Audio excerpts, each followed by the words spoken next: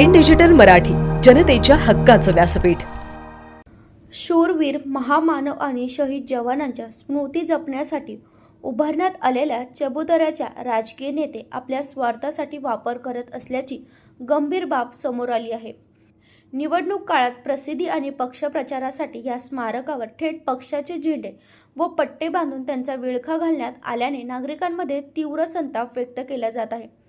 सामान्यतः हेच राजकीय नेते महामानवांची किंवा शूरवीरांची जयंती आली की चबुतऱ्याची साफसफाई करून हार अर्पण करतात.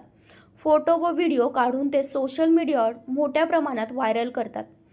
मात्र निवडणुकींच्या पार्श्वभूमीवर या स्मारकाच्या पक्षीय प्रचारासाठी वापर केला जात असल्याचे चित्र दिसून येत आहे.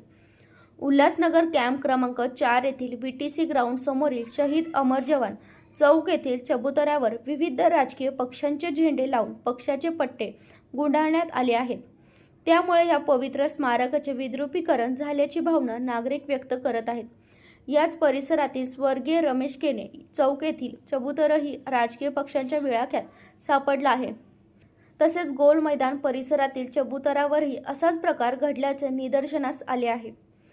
शहीद जवान आणि महामानव हे कोणत्याही एका पक्षाचे नसून ते संपूर्ण समाजाचे प्रेरणास्थान आहेत.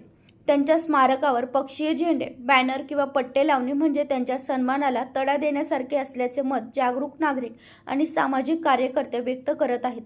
दरम्यान राजकीय नेते आपला पक्षीय स्वार्थ बाजूला ठेवून खरोखरच या महामानवांचा सन्मान करतील का? तसेच महापालिका प्रशासन या चबुतऱ्यांवरील पक्षीय झेंडे व पट्टे तत्काळ उतरवणार का? याकडे संपूर्ण शहराचे लक्ष लागले आहे. प्रतिनिधी साई सावंत, इन डिजिटल मराठी, उल्हासनगर.